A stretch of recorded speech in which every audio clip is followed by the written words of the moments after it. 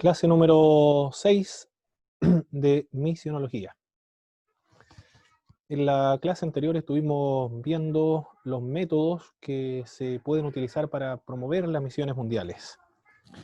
Entre estos métodos para promover las misiones en las iglesias locales es la predicación misionera, proporcionar también un método misionero en el templo por medio de las publicaciones, los cultos misioneros también con un misionero invitado, la comisión misionera, la oración misionera. Todos esos son medios que nosotros podemos utilizar para promover las misiones en nuestras congregaciones, respectivas denominaciones.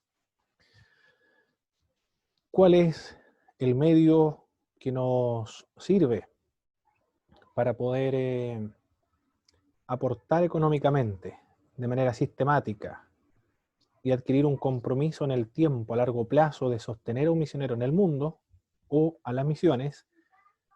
Es la promesa de fe. Esta es una ofrenda conforme a las fuerzas, es un acto de fe aún más allá de sus fuerzas, es un acto de sacrificio, es un acto hecho con agrado, es un acto de obediencia, es un privilegio, es un acto voluntario, es una ofrenda, no es un diezmo, es una prueba de la sinceridad del amor, es una decisión personal. Con respecto a la estrategia en las obras misioneras, estas son muy importantes porque es un intento de anticiparnos al futuro. Y hay varios tipos de estrategias, una de ellas es la de solución normal, sobre la marcha, del planeamiento hasta cierto punto, y también de solución única. El primer intento de establecer una estrategia intencional, deliberada, misionera, es la que implementó Bonifacio. Él fue el que predicó en un lenguaje parecido a los germánicos, utilizó la agresividad, convirtió a la gente, la educó y también la civilizó, fundó monasterios, hizo participar activamente a las mujeres a la obra misionera, porque manda a pedir monjas de Inglaterra, y recibió apoyo importante en la iglesia enviadora. Eso fue lo que estuvimos viendo en la clase anterior, y ahora inmediatamente comenzamos a trabajar con la clase número 6. Seguimos entonces viendo la historia de las estrategias que se han empleado en la historia misionera.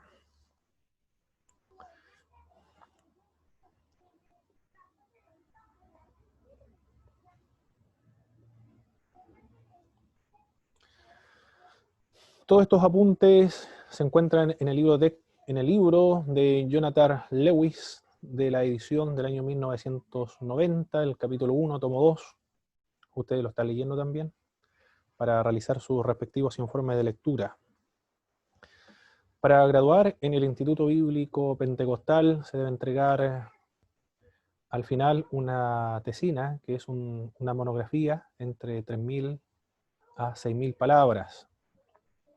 Y de todas las materias que nosotros hemos visto en todos estos años de estudio, ustedes pueden tomar un tema en particular. También entra allí las misiones. Si alguien quiere hacer una tesina para graduarse en el Instituto Bíblico, pueden hablar acerca de las distintas estrategias que se han implementado a través de la historia de la Iglesia en cuanto a las misiones, y cuál puede ser la estrategia actual y la mejor. Bien. En la clase número 6 corresponde ahora entonces.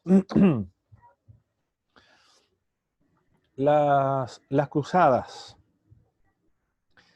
Estas, evidentemente que no pueden ser consideradas como una forma verdadera de la obra misionera. Aunque hay un libro que nosotros estudiamos para relatar la historia de la iglesia, que es de Hulburg. Por acá lo tengo, este libro. Es un libro muy pequeño.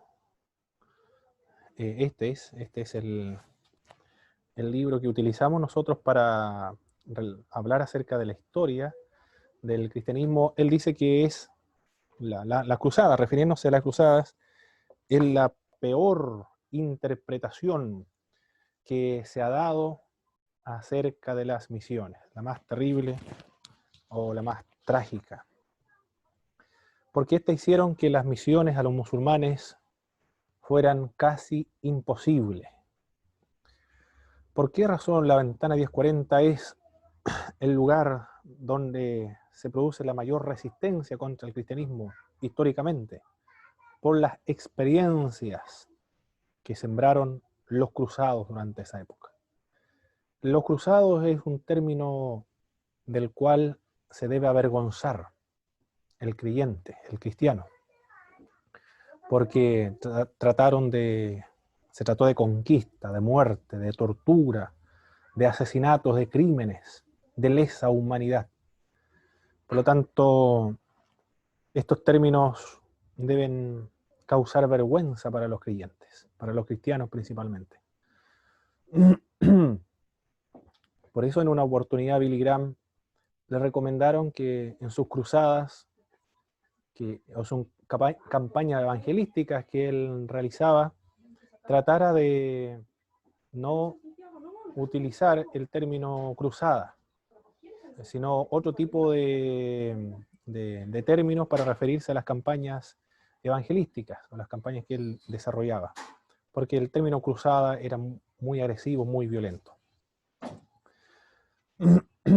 Hasta el presente, entonces, las cruzadas a los musulmanes, hasta el presente, hicieron que se produjera resistencia frente al cristianismo, ya que dejaron una herencia de odio constante en las tierras islámicas. Sin embargo, antes que terminaran las cruzadas, Francisco de Asís, este es un nombre muy importante, Francisco de Asís fue y predicó por amor al sultán y creó una fuerza misionera basada en el amor y la paz. Esta va a ser una de las preguntas que van a aparecer en el examen. ¿Quién fue el que predicó por medio del amor y por medio de la paz a los musulmanes y al sultán? Fue Francisco de Asís. Ahí tenemos una imagen de Francisco de Asís predicándole al sultán. Pero no fue el único. Aparte de Francisco de Asís, hay otro que se llama Raimundo Lulio, el gran terciario franciscano, depuso su condición de noble en la corte de Aragón y dedicó su vida a la obra misionera entre los musulmanes, siendo apodado como el necio por amor. Raimundo Lulio es conocido como el necio por amor, porque se entrega a la obra misionera y predica el evangelio por amor a los musulmanes. Este hombre, Raimundo Lulio, convencía y convertía por medio de la razón, es decir, utilizó entonces la intelectualidad para poder sembrar el evangelio en aquellas tierras, por medio de la conversión, la convicción, por medio de la razón, usando el debate como instrumento. El instrumento, la estrategia entonces que implementó Raimundo Lulio fue el debate, mientras que anteriormente estuvimos viendo la estrategia que empleó Bonifacio fue la agresividad, y la estrategia que empleó Francisco de Asís fue el amor y por medio de la paz. Por eso que no en todos los contextos, en todas las zonas geográficas, en todas las culturas, se debe emplear la misma estrategia. Pero estas estrategias que utilizaron Bonifacio, Francisco de Asís y Raimundo Lulio, el sentido común también, lo más probable es que le esté indicando cómo avanzar, cómo trabajar con estas culturas a las cuales Dios lo ha destinado a sembrar el Evangelio. Entonces, Raimundo Lulio utiliza la razón, el debate, como instrumento para poder evangelizar y sembrar el cristianismo en aquellas tierras. Para sus fines, escribió su Ars Magna, la que trataba de contestar de manera convincente cualquier pregunta o objeción levantada por paganos musulmanes. Extraordinario lo que hizo este hombre. Se entregó, pero por entero, a la tarea de evangelizar a los musulmanes. escribió, redactó textos donde objetaba cualquier tipo de pregunta, debate, cuestionamiento de los musulmanes y se le daba la respuesta precisa a estos tipos de cuestionamientos. Magnífico lo que hizo este hombre, Raimundo Lulio. ¿Qué más hizo? Diseñó una especie de una computadora intelectual en la cual se podía registrar los diferentes factores y aparecían las respuestas correctas a las objeciones que se le planteara. Era un apologista, un evangelista, era un hombre que se dedicó al debate. Bueno, él empleó el debate como estrategia para poder ganar a los musulmanes y que no hubiera ninguna duda acerca de lo razonable de la fe cristiana y lo lógico de la fe cristiana, frente a la religión islámica. ¿Qué más hizo Raimundo Lulio? Décadas antes de su martirio, Lulio de manera incesante rogó a los reyes, rogó a los papas que establecieran colegios para la enseñanza del idioma árabe. Estaba dependiendo tanto de los reyes por la unión de los estados con la iglesia en aquella época, y las autoridades de Raimundo Lulio eran tanto los reyes como también el papa, para que se establecieran escuelas para aprender el idioma árabe, la cultura árabe, y de esa manera poder capacitar a los futuros misioneros que iban a irse a trabajar en las misiones con los pueblos musulmanes. Estaba muy avanzado para la época este hombre. Las mismas necesidades le van indicando, las mismas también requerimientos del momento le van indicando a Raimundo Lulio qué es lo mejor para poder solucionar estos problemas que se están originando en aquellas tierras y poder prestar y rendir un mejor servicio. Y esto fue lo que él trató de implementar en esa época, la enseñanza árabe y también la preparación de misioneros, recomendándoles diversos planes para envío de los misioneros al exterior.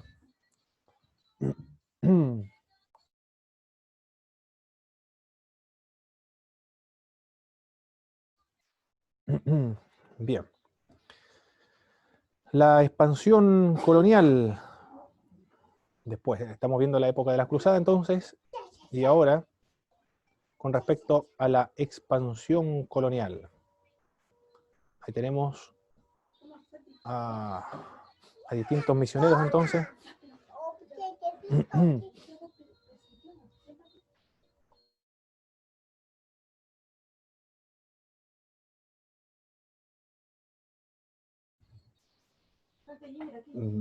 Bien, la expansión colonial, corresponde ver ahora, fue durante los siglos XVI y los siglos XVIII que el cristianismo se convirtió en una religión de alcance mundial, relacionada con la expansión de los imperios portugués, el español y también el imperio francés.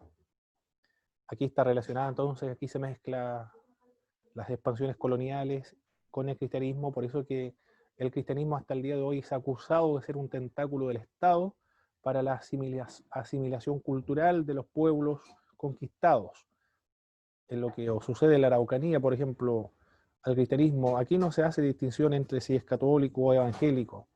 Para las comunidades mapuches en la región de Araucanía, son todos cristianos y todos son vistos y considerados juntamente con los colegios como tentáculo del Estado con la finalidad de poder asimilarlo culturalmente y hacerle perder la identidad nacional y cultural de los pueblos originarios de toda América Latina, especialmente acá en la región de la Araucanía. Por lo tanto se ven como enemigos de la cultura, de la nación, enemigos de las costumbres que identifica una nación, como el idioma, por ejemplo, el mapudungún en la región de la Araucanía. Esa es una de las explicaciones por las cuales se queman las iglesias y se queman también los colegios, porque son vistos como enemigos, enemigos y herramientas o instrumentos de los invasores y de los opresores para destruirlos cultural y nacionalmente. Porque tienen antecedentes previos de lo que ocurrió en esta época que estamos tratando, del siglo XVI, siglo XVIII. Evidentemente están utilizando esta experiencia antigua para aplicarlo en la época del siglo XXI, siglo XX. No se relaciona bajo ningún punto de vista, puesto que las estrategias misioneras son totalmente diferentes actualmente.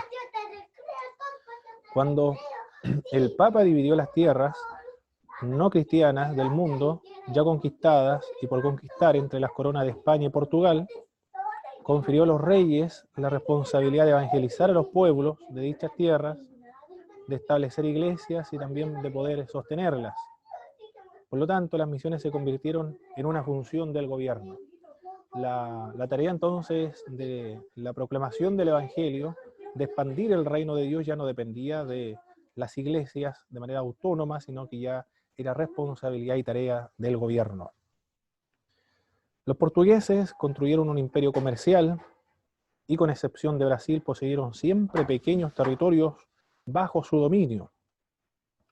En dichos lugares los portugueses suprimieron toda la religión étnica, destruyeron la clase alta que se oponía y crearon una comunidad cristiana que se componía de su descendiente de sangre mestiza y de conversos pertenecientes a la clase baja de la sociedad. Esta fue la estrategia entonces que implementaron los portugueses al momento de la expansión colonial. Juntamente la extensión territorial colonial iba acompañada de la asimilación cultural y el establecimiento del cristianismo. En España, el Imperio Español trató de implantar el cristianismo, pero no solamente el cristianismo, sino que también trató de implementar la civilización de acuerdo al modelo español. Estos son los aprendizajes que los misionólogos modernos y la misionología ha indicado como desafortunado en la historia de las misiones. Porque no se debe llevar el evangelio juntamente con la cultura, sino solo el evangelio, y el evangelio debe revestirse del ropaje cultural al pueblo al cual uno ministra. Entonces ellos llevaron el cristianismo e implementaron la civilización de acuerdo con el modelo español. La explotación despiadada que exterminó a los nativos del Caribe estimuló una lucha heroica por parte de varios misioneros por los derechos de los nativos. Uno de estos muy conocidos frailes fue Bartolomé de las Casas y otros misioneros también. Por eso a una comuna de la región de la Araucanía llamado Padre Las Casas se le puso este nombre en honor a este fraile, defensor de los derechos de los pueblos originarios en América Latina frente a la explotación y la opresión de los españoles o del Imperio Español. Desde entonces, la protección de los pueblos originarios contra la explotación por parte de los blancos y gobiernos coloniales ha constituido una función importante para los misioneros españoles durante esta época. Los misioneros se convirtieron tanto en protectores como en civilizadores de los nativos. Los nativos eran enseñados por catequistas, controlados por sacerdotes en cuanto a lo que era la vida religiosa de la iglesia. También se los usaba en una participación activa, sirviendo de acólitos, aquellos que seguían y ayudaban a los sacerdotes de esa época. Se utilizaba también a los nativos como cantores y los músicos. Las festividades autóctonas fueron cristianizadas y se introdujeron la fiesta y los ayunos cristianos. Un ejemplo acá en Chile es la fiesta de la Tirana, por ejemplo, en el norte, y una multitud de otras fiestas, donde se le apareció la imagen de la Virgen de Guadalupe. Es un antiguo centro de culto a una diosa de los aztecas, creo que era, de los mayas aztecas es. Y todas las fiestas religiosas de los pueblos latinoamericanos, la gran mayoría tiene sus trasfondos de dioses primitivos, pero estos cultos primitivos fueron barnizados con cultos cristianos. Los lugares sagrados para los pueblos originarios fueron cambiados por templos o por lugares sagrados del cristianismo. Esta fue la estrategia utilizada por el catolicismo romano en América Latina, juntamente con la extensión colonial del Imperio Español.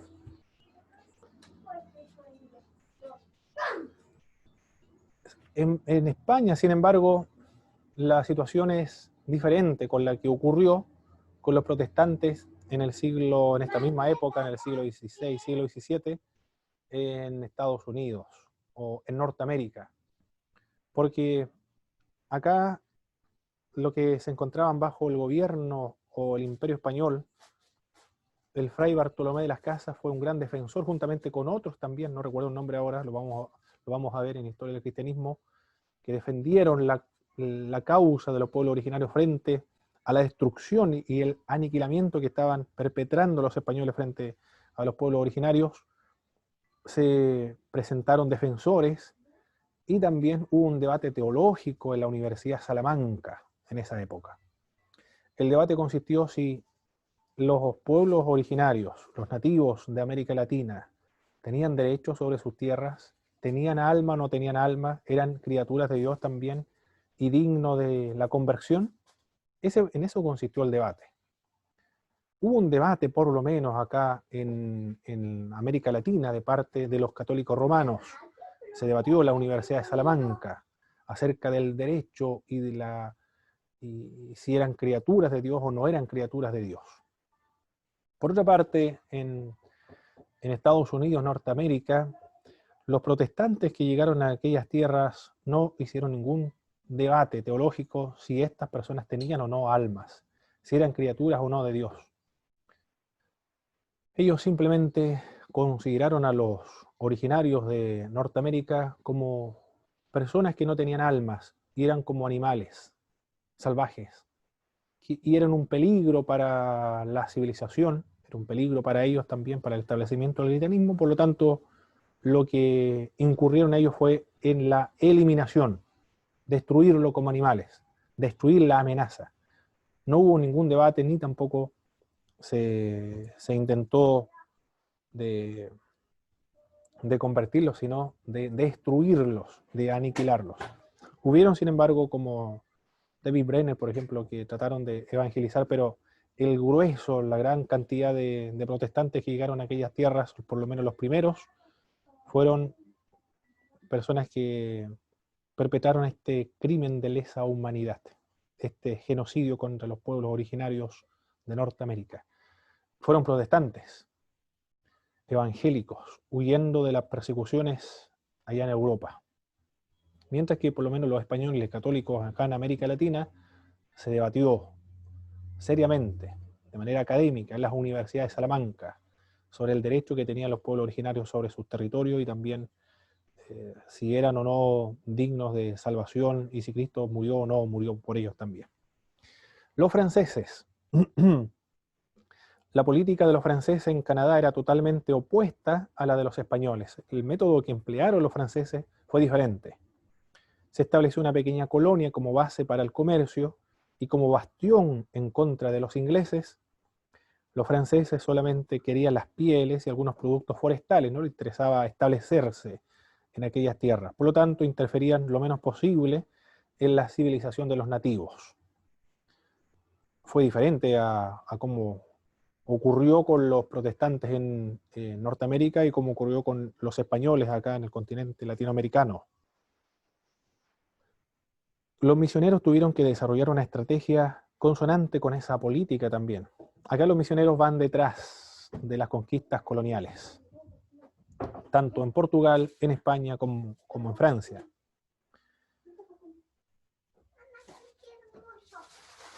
Por ello, los misioneros vivían con los nativos en sus aldeas, se adaptaban a las condiciones de todo lo que les era posible, predicándoles, enseñándoles y bautizándoles, realizando los ritos de la iglesia, dejando que los naturales conservaran sus costumbres. La metodología misionera fue distinta. Entonces, aquí estamos viendo que los misioneros en esta época de la expansión colonial están a merced o están subordinados al colonialismo y al gobierno. Actúan como actúa el gobierno.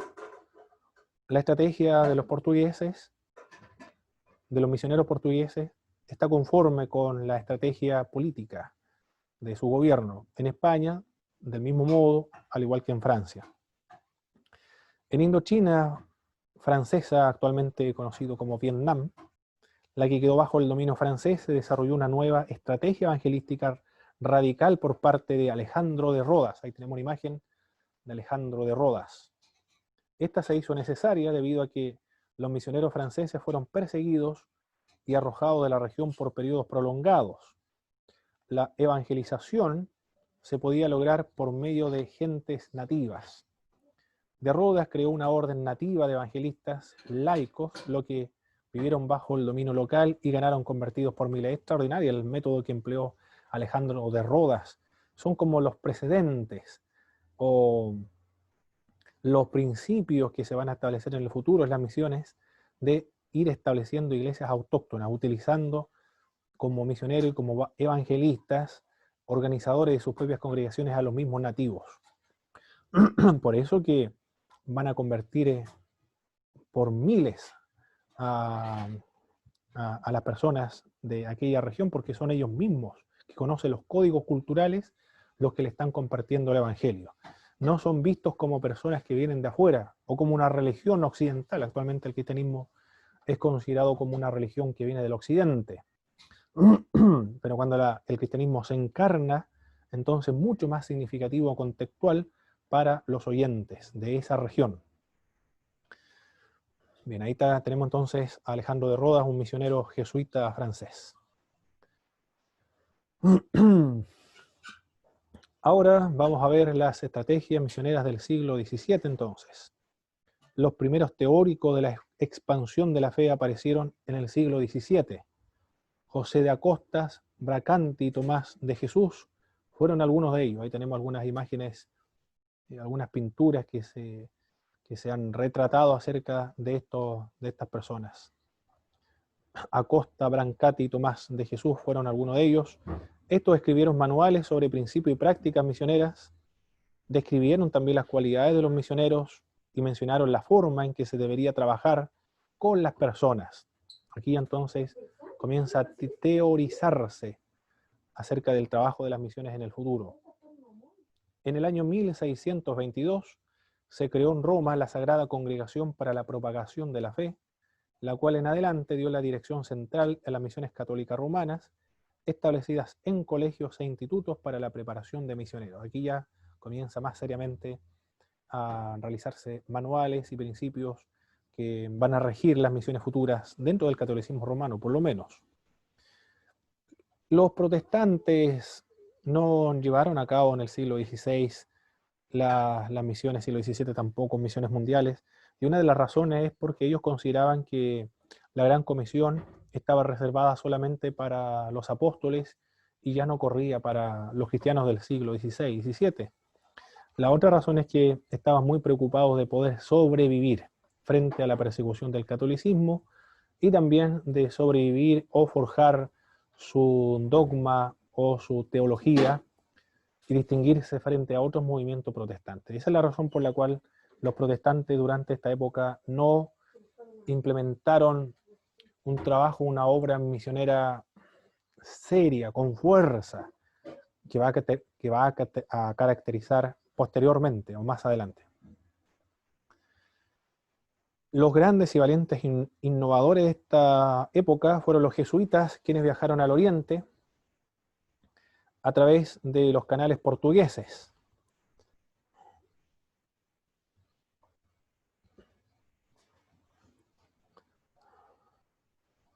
Desafiando las restricciones de lo mismo. Hay una película muy hermosa que se estaba dando en Netflix. Esta película yo la vi cuando viajaba a Puerto Montt, me venía en un bus, que era el Vertour, creo que se llamaba. Y ahí se daba la posibilidad de ver varias películas.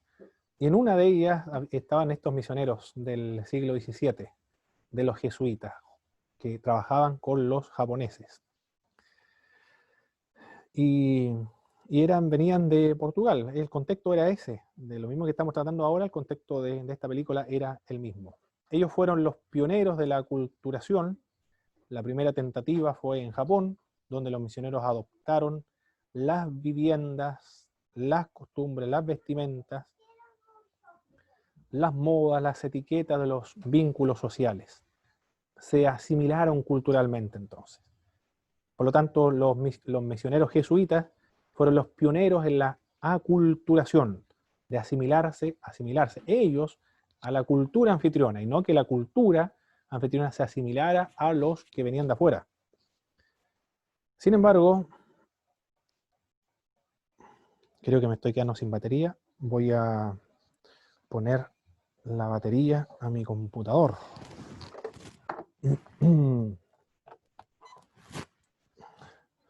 Ya, ahora sí. Bien. Sin embargo, no utilizaron los términos budistas y shintoístas para la presentación del Evangelio. En cambio, hicieron gran uso del idioma japonés en la producción de literatura cristiana impresa por conversos de esa nacionalidad. Esta estrategia de los misioneros de esta época de aprender el idioma es la misma que implementaron en todas partes del mundo. Los jesuitas tuvieron también en la isla de Chiloé durante esta época. En la misma época que estaban en Japón, también se encontraban en la isla de Chiloé. Y los jesuitas aprendieron el Mapudungun en Chiloé para poder predicar el evangelio de los mapuches de Chiloé. Y acá en Japón aprendían el idioma japonés en la producción de literatura cristiana impresa por conversos de esa misma nacionalidad. El aprender el idioma entonces del pueblo al cual uno va a ministrar es importantísimo. No solamente el idioma, la cultura y los códigos culturales. Hay que adaptarse a aquella cultura anfitriona donde va el misionero. La carga más pesada en el evangelismo y la enseñanza fue llevada a cabo por diáconos y catequistas nativos también. Ellos preparaban un grupo y estos grupos que eran discipulados, capacitados, comenzaban a propagar la fe que habían aprendido de los jesuitas y lo compartían con sus hermanos, amigos, vecinos, parientes, con sus conocidos. Ellos eran los responsables. Cuando el shogun, temiendo una agresión extranjera, cerró Japón a todos los extranjeros y persiguió a los cristianos en el siglo XVII, miles de ellos sufrieron el martirio. El contexto de la película que les estoy comentando es este. Tomaron jesuitas misioneros, lo apresaron, lo torturaron, algunos apostataron de la fe, otros murieron. La tortura que se implementó es realmente algo terrible en el siglo XVI. Un segundo experimento en Madurai, al sur de la India, profundizó un poco más este tema. Roberto de Nobili creía firmemente que la casta brahman debía ser ganada, la casta brahmánica. Estamos viendo primero los jesuitas, ahora en Roberto Nobili, los jesuitas fueron al Japón, estuvieron en muchas partes del mundo, pero principalmente en Japón, sufrieron el martirio, otros apostataron de la fe, pero dejaron un grupo muy importante porque los nativos fueron los encargados de la evangelización y de la enseñanza. Pero ahora con Roberto Nobili se fue a otro contexto, a otra cultura, fue la India. Y él dijo que para poder ganar a los indios es necesario ganar a la casta brahmánica, a los brahmanes. Se vistió entonces como un gurú, un maestro religioso, cumplió con leyes, con costumbres de la casta y aprendió también el sánscrito, que es el idioma que aprenden los brahmánicos. Estudió las principales enseñanzas de la filosofía hindú y presentó la doctrina cristiana tanto le fue posible en términos hindúes. Los brahmanes, o la casta de Brahman, es la casta más importante. No es la que tiene el poder económico, sino culturalmente la más importante, la que conserva la cultura de la India, o de los indios. El intento más notable en cuanto a la adaptación se realizó en China, donde Matteo Ricci estableció una estrategia desarrollada luego por los sucesores de este.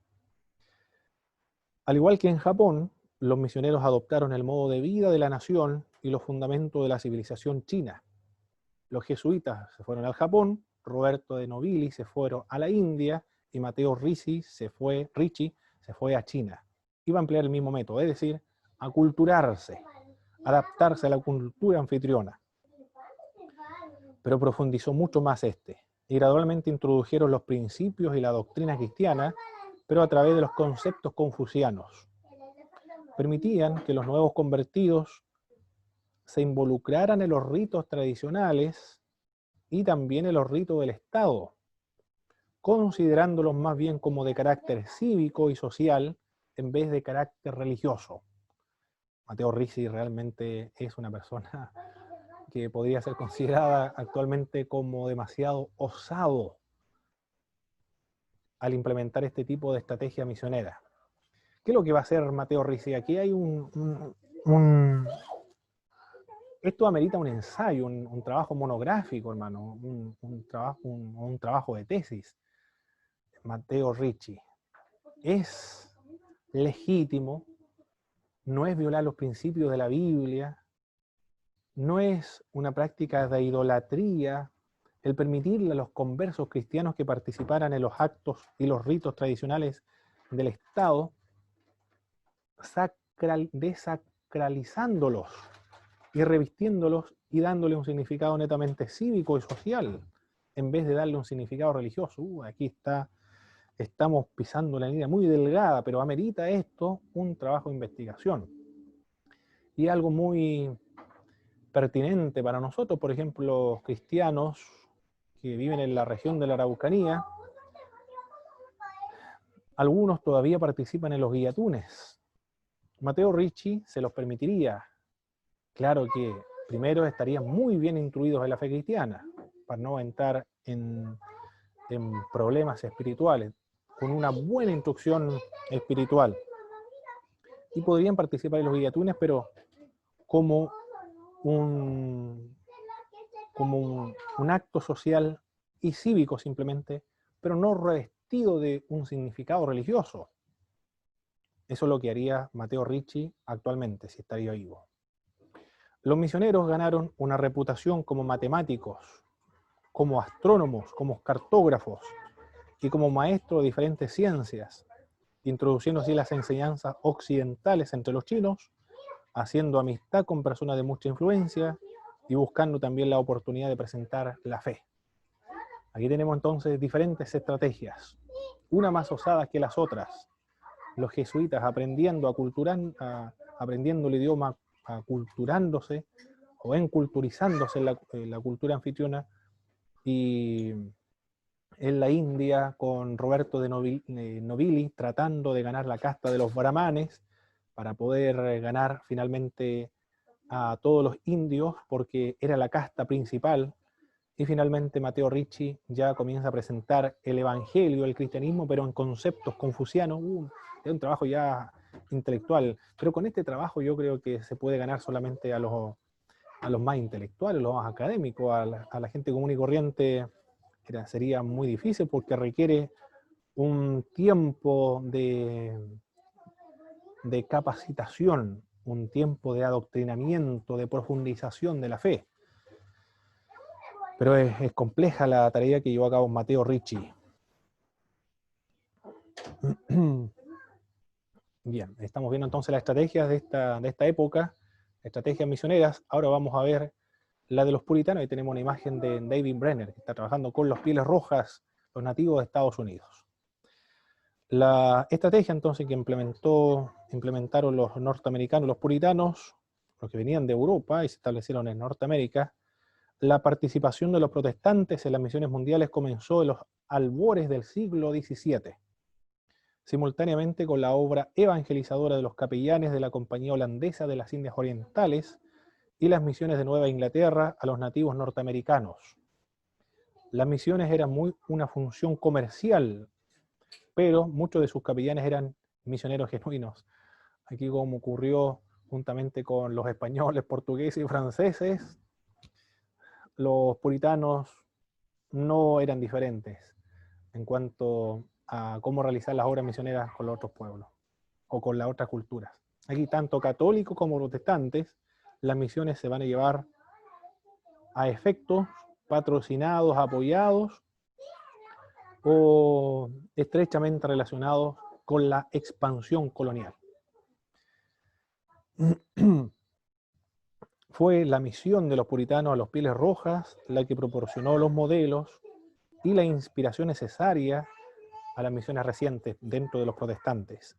La meta de los misioneros era la de predicar el evangelio tan eficazmente que los nativos se convirtieran, recibieran la salvación personalmente. Esta es la característica de los protestantes, o de nosotros, de aceptar al Señor Jesucristo como tu Señor y Salvador personal. En el siglo XVI, el individualismo, no dentro de una comunidad. Y se reunieran en las iglesias donde pudieran ser nutridos en la fe bajo una estricta disciplina, como puritanos, estos son puritanos, bajo la estricta disciplina de los puritanos. La intención era de hacer del nativo un hombre cristiano del mismo tipo y de carácter que el de un miembro puritano inglés de una iglesia congregacionalista. La forma entonces de evangelizar durante esta época era llevar la cultura y llevar juntamente el evangelio a aquellas tierras.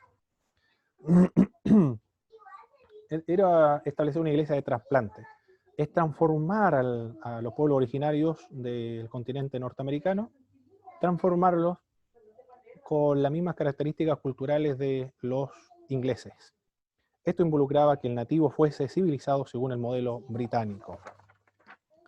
El evangelismo fue el primer punto de la estrategia misionera de los protestantes. La predicación era el gran medio, suplementado por la enseñanza. Estamos viendo la de los puritanos, la evangelización. Siempre nos hemos caracterizado por eso, la evangelización. Aunque estamos viendo en Sinóptico y Hechos que el ministerio de Jesucristo, la enseñanza fue lo más importante. La enseñanza, el principal medio que empleó Jesucristo fue la enseñanza para presentar la fe cristiana. A los nativos se les dirigía mensajes fuertemente doctrinales. También es característica de los protestantes la doctrina. Es fundamental esto para las iglesias evangélicas y protestantes también. La doctrina, haciendo énfasis en la ira de Dios y los dolores del infierno, tales como los que se predicaban en las congregaciones inglesas de esa época. Pero David Brenner, al igual que los moravos, predicaba el amor de Dios en vez de la ira, teniendo mejores resultados en cuanto al arrepentimiento de los oyentes. El segundo punto de la estrategia era el de reunir a los nuevos convertidos. Me salté un punto importante, hermano, de David Brenner. Si algunos predicadores ingleses, puritanos, hablaban acerca del infierno, del fuego, la destrucción, la ira de Dios, porque era el mismo mensaje de las iglesias de Inglaterra, pero David Brenner predicó acerca del amor, teniendo muchos mayores conversiones. En los pueblos de Norteamérica se produjeron más conversiones gracias a predicar el amor que a las iras o al infierno que se estaba predicando en Inglaterra durante esa misma época. El segundo punto de la estrategia era el de reunir a los nuevos convertidos en iglesias, pero todos ellos eran puestos en periodos prolongados de prueba antes de que se fundaran las primeras congregaciones. Por lo menos al inicio, pues en el año 1730 se demoraban menos tiempo en integrarse a las congregaciones porque ellos querían estar seguros de que las personas eran realmente creyentes y no ocurría el mismo fenómeno que en el catolicismo romano. Si las personas podían rezar el Padre Nuestro y el Ave María y la confesión o la declaración de fe de los apóstoles que creo en Dios Padre Todopoderoso, Creador del cielo y de la tierra, si podían decir el credo, ya eran cristianos y se les bautizaba por miles y montones, pero en realidad no, eran cristianos disfrazados simplemente porque no se había producido la transformación, ni tenían dominio tampoco de la doctrina cristiana. En cambio, los puritanos sí se encargaron de que estos comprendieran bien el cristianismo, por eso que se demoraban en integrarlo en una congregación. Un tercer énfasis estratégico era la de establecer pueblos cristianos. Eliot y sus colegas misioneros creían que la segregación y el aislamiento eran necesarios para el crecimiento en la gracia de los convertidos. Estos deberían ser alejados de la influencia funesta de sus hermanos paganos y de los hombres blancos perversos. Esta estrategia fue desastrosa, que emplearon los puritanos durante esta época fue ineficaz porque se perdió la posibilidad de que los cristianos ejercieran influencia sobre su pueblo, no tuvieron el impacto tampoco evangelístico. Los efectos más duraderos de las misiones entre los nativos del siglo XVII y el siglo XVIII fueron dos. Primeramente, esta inspiró a muchos de la vocación misionera en días más recientes, al leer acerca de las vidas de Eliot y de David Brenner. Segundo, proporcionó a la gran empresa misionera protestante a otros países el programa de la estrategia inicial, que incluía el evangelismo a través de la predicación, la organización de iglesias, la educación orientada hacia el crecimiento cristiano y el logro de una civilización en términos europeos. La traducción de la Biblia, la producción literaria, el uso del lenguaje vernáculo de las naciones y el reclutamiento y la preparación de pastores y maestros locales van a ser las estrategias que se van a implementar en el futuro gracias a las primeras y pioneras obras de Eliot, de Brenner y de los puritanos en Norteamérica. Bien, hemos finalizado esta parte, hermanos. Vamos a dar un repaso de lo que estuvimos viendo acerca de las estrategias misioneras. La cruzada fue la más desastrosa y no pueden ser considerados como un esfuerzo o una empresa misionera, porque hasta el día de hoy se ha convertido como una razón y la ocasión para rechazar el evangelio, debido a lo sanguinario, a lo destructivo, a lo belicoso que fue. No puede ser considerado entonces como verdadera obra misionera. Francisco de Asís se destacó por ganar a los musulmanes y al sultán por el amor y también por medio de la paz. Raimundo Lulio fue considerado como el loco, el demente, por amor a los musulmanes. Y en el siglo XVI, siglo XVIII, las misiones fueron establecidas gracias a las expansiones coloniales de los portugueses, de los españoles, de los franceses y del mismo modo de los protestantes, los puritanos de aquella época. Hubieron estrategias del siglo XVI, los jesuitas estuvieron trabajando en el Japón, fueron los pioneros en la aculturación. Roberto Nobili quiso ganar a la casta brahmánica, porque él decía que si se ganaban a los brahmanes, se van a ganar a todos los indios. Matteo Ricci fue el que predicó en China, presentó el evangelio en términos propios de Confucio, y los puritanos, la estrategia que emplearon fueron el evangelismo, reunir a los conversos en iglesia, establecer pueblos cristianos, pero sin embargo eso fue nefasto porque impidió que ellos fueran a predicar a su propia gente. Esto es lo que teníamos que ver entonces en esta clase de la historia de las estrategias misioneras. Vamos a continuar viendo posteriormente las estrategias de las misiones, y esta es la clase número 6 entonces, y con esta finalizamos para rendir el examen. Todo lo que hemos visto en estas 6 presentaciones entra en el examen A de misionología. Que el Señor Jesucristo le bendiga, le guarde, mis estimados hermanos. Nos vemos la próxima semana con la ayuda de nuestro Señor.